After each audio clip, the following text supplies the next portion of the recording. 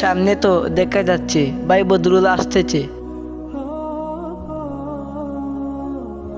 আসসালামু আলাইকুম ভাই। ওয়ালাইকুম আসসালাম ভাই। তোমাকে আমার একটা কথা জিজ্ঞাসা করার ছিল। কি কথা জিজ্ঞাসা করার বলতে পারো। আমরা তো সবাই জানি আমাদের মৃত্যুর পর কিয়ামতের দিন আল্লাহ তাআলা আমাদেরকে পুনরায় জীবিত করবেন। হে ভাই, পুনরায় আল্লাহ তাআলা আমাদেরকে মৃত্যুর পর জীবিত করবেন, কিন্তু এ ব্যাপারে কি তোমার কোনো সন্দেহ রয়েছে? না ভাই, এ ব্যাপারে আমার কোনো সন্দেহ নাই যে আল্লাহ তাআলা আলিমুল গাইব, তিনি সব ক্ষমতার অধিকারী। তাহলে তোমার এ ব্যাপারে কিসের প্রশ্ন ভাই? দুনিয়াতে আমাদের যে আকৃতি রয়েছে, আল্লাহ তাআলাকে কিয়ামতের দিন সেই আকৃতিতে আবার জীবিত করবেন।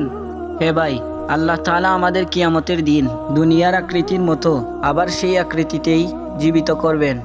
আসো ভাই, তোমাকে বসে বসে একটি ঘটনা শোনাই। তাহলে ঘটনাটি শোনো ভাই। একবার হযরত ইব্রাহিম আলাইহিস ওয়াসাল্লাম আল্লাহ তাআলাকে বলেছিলেন যে, হে আল্লাহ, মৃত্যুর পর আপনি আমাদের পুনরায় কিভাবে জীবিত করবেন তা আমাকে দেখান। তখন আল্লাহ তাআলা ইব্রাহিম আলাইহিস ওয়াসাল্লামকে বললেন, তুমি কি আমাকে বিশ্বাস করো না? তখন ইব্রাহিম আলাইহিস সালাম আল্লাহ তাআলাকে কি বললেন? তখন হযরত ইব্রাহিম আলাইহিস ওয়াসাল্লাম আল্লাহ তাআলাকে বললেন, হে আল্লাহ, আমি আপনাকে অবশ্যই বিশ্বাস করি, কিন্তু আমি মনের প্রশান্তির জন্য এ বিষয়টি নিজের চোখে দেখতে চাই।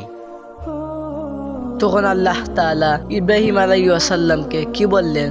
তারপর আল্লাহ তাআলা হযরত ইব্রাহিম আলাইহিস সালামকে এই বিষয়টি দেখানোর জন্য বললেন, ঠিক আছে, তুমি 4টি পাখি ধরো, তারপর এই 4টি পাখিগুলোকে পোষ মানাও।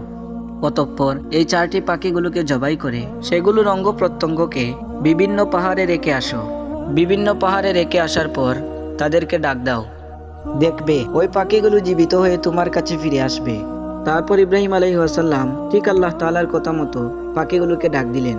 তখন আল্লাহ তাআলার আদেশে ওই পাখিগুলোর অঙ্গ প্রত্যঙ্গ থেকে পাখি জীবিত হয়ে ইব্রাহিম আলাইহিস ওয়াসাল্লামের কাছে ছুটে আসলো। তখন আল্লাহ তাআলা হযরত ইব্রাহিম আলাইহিস ওয়াসাল্লামকে বললেন, হে ইব্রাহিম, তুমি জেনে রেখো আল্লাহ তাআলা আলিমুল গাইব ও তিনি সর্বশক্তিমান। শোনো ভাই, এই ঘটনায় 4টি পাখিকে জবাই করা হয়েছিল। তারপর সবগুলো পাখির অঙ্গ প্রত্যঙ্গকে একত্রিত করে বিভিন্ন পাহাড়ে রাখা হয়েছিল, যা কোনো মানুষের পক্ষে আলাদা করা সম্ভব ছিল না। কিন্তু মহান আল্লাহ তাআলা, যিনি সর্বশক্তিমান, তিনি বিভিন্ন পাহাড় থেকে সেই মাংসগুলোকে একত্রিত করে পাখিগুলোকে আবার পুনরায় জীবিত করেছিলেন। সুবহানাল্লাহ।